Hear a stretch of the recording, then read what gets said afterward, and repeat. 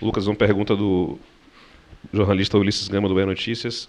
Esse é o segundo maior período sem jogos do Bahia nos últimos 20 anos. Você já tinha passado por essa situação parecida enquanto profissional? Bom dia a todos aí.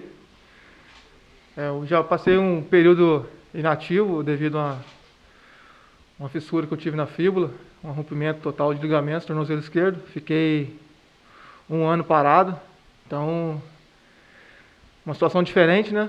Da outra vez foi uma lesão e agora devido a essa pandemia aí. Nunca tinha passado por uma situação em relação a uma ordem assim de saúde mundial, mas um período inativo já tive sim e já sei bem o que é isso. Thiago Mastrangani, da Rede Bahia, pergunta: você considera que quando o futebol brasileiro voltar, ao contrário do europeu, é como se fosse começar do zero? Não diria começar do zero, porque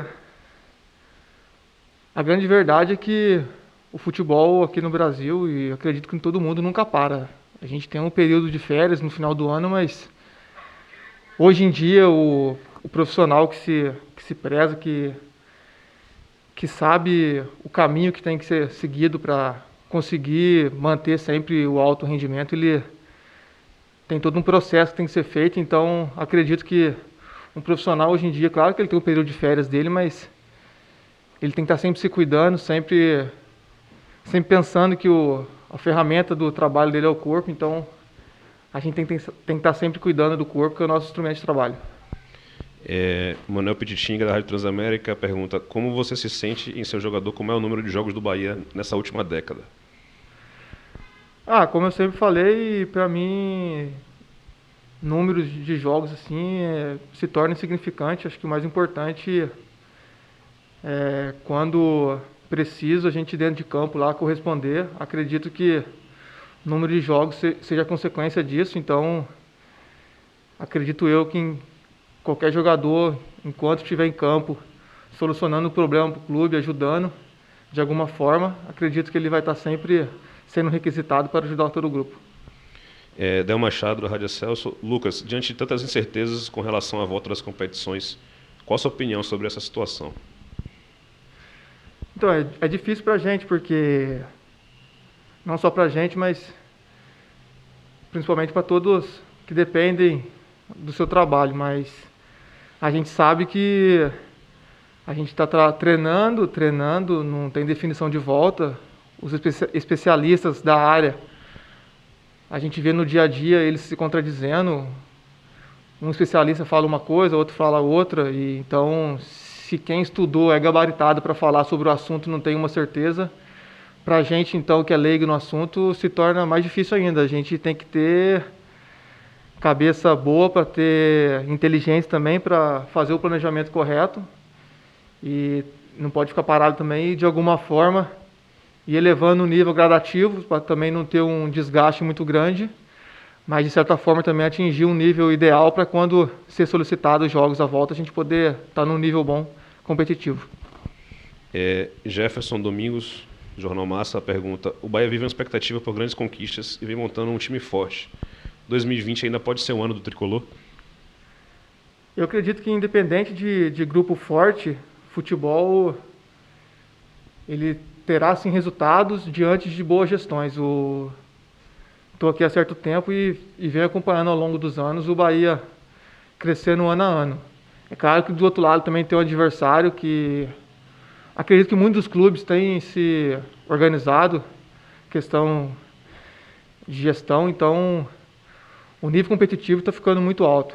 Então acredito eu que o Bahia vai sim atingir um nível elevado, assim como tem conseguido nos últimos anos, crescido em vários quesitos, e o resultado vai vir no momento certo e no futuro próximo.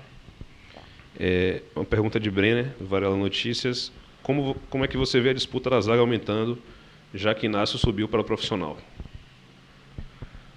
Para mim, em termos de competitividade dentro do elenco, é sempre importante a gente ter todo mundo no mesmo nível ali. É claro que sempre vai ter um ou outro que vai estar em algum quesito, de uma forma geral, na somatória no nível acima, a gente tem uma disputa sadia lá, sempre procurando um ajudar o outro. E a melhor forma de um ajudar o outro é cada um no dia a dia dando o seu melhor para poder, dentro de campo, o próprio companheiro ver que quem está jogando é porque está merecendo, tem o respeito dos demais jogadores e o mais importante é quem está jogando corresponder e quem está de fora sempre manter um nível alto para também não deixar o cara que está jogando acomodar. Paulo Henrique, de Simões Filho, FM. Lucas, depois de praticamente um semestre perdido, qual a sua expectativa para a curta temporada corrida e com grandes fluxos de treinos e jogos? Eu não diria um semestre perdido, até porque o período que a gente ficou em casa durante os 3 meses, a gente estava trabalhando também, trabalhando por videoconferência, os trabalhos que a comissão, preparação física passava para a gente. Acredito que quem perdeu foi quem ficou esse tempo todo parado, mas quem soube de alguma forma, como eu falei anteriormente, administrar a forma de trabalhar, cuidar de certa forma do seu corpo, chega hoje no nível adequado, no nível bom para poder dar seguimento no trabalho da comissão. Tanto é que a gente tem conseguido já fazer alguns treinos importantes que a gente sabe que lá na frente vão fazer toda a diferença. A última pergunta, de Lúcio do Valverde, do Amor de Aço. Como você, que é um dos mais experientes do elenco, está fazendo para manter o foco e a motivação nos treinamentos, mesmo sem ter uma data definida para retornar ao futebol? Como eu sempre pensei, sempre penso, acho que o mais importante de nós, seres humanos, é termos a motivação que vem de dentro. O cara que espera a motivação vir de fora, para mim é um cara que está brigando por nada. Então, o cara que sabe o que quer, trabalha por isso e no dia a dia procura crescer, sabendo que é limitado, tem as suas deficiências e pode melhorar em vários quesitos, acredito eu que esse é um ser humano, um profissional que pode, no dia a dia, estar sempre somando de alguma forma. Bahia! Bahia!